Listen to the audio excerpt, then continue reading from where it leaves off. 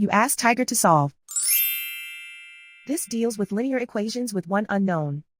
The final result is x equals -4. Let's solve it step by step. Simplify the expression. Group like terms. Simplify the arithmetic. Group all constants on the right side of the equation. Subtract 40 from both sides. Simplify the arithmetic.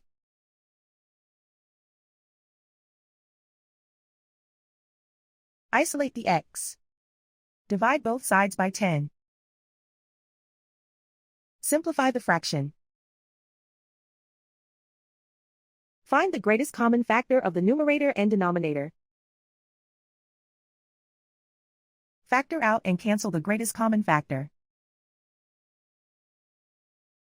And so the final result is x equals -4.